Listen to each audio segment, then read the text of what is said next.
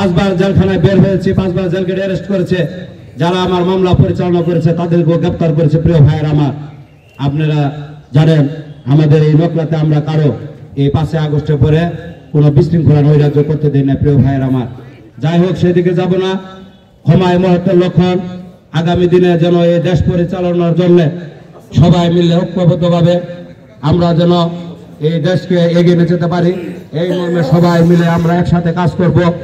আমরা এক এক দলে এক একজন থাকতেই পারে, মত পার্থক্য থাকতে পারে, বিরোধ থাকতে পারে, তারপরে বিশাল রাজনৈতিক স্বার্থে আমরা একমত ঐক্যমত হয়ে আগামী দেশ ও জাতির কল্যাণে কিছু করব। এই বলে আজকে আমাকে এই জামাতের এই প্রোগ্রামে আমন্ত্রণ দাওয়াত দেওয়ায় আমি ওনাদেরকে জামাত সংগঠনের নেতাকর্মীদেরকে আমি কৃতজ্ঞতা জানাই। এবং যারা এখানে এসেছেন সবাই সুন্দরভাবে শান্তিপূর্ণভাবে প্রোগ্রামটা সাকসেসফুল করবেন। আমার একটা যুবদলের প্রোগ্রাম আছে 7 টাকি ইউনিয়নে, আমি চলে যাব। এর জন্য কথাবার্তায় ভুল হলে আল্লাহর রাস্তায় ক্ষমা করে দিবেন। আসসালামু আলাইকুম রহমতুল্লাহি ওয়া বারাকাতুহু।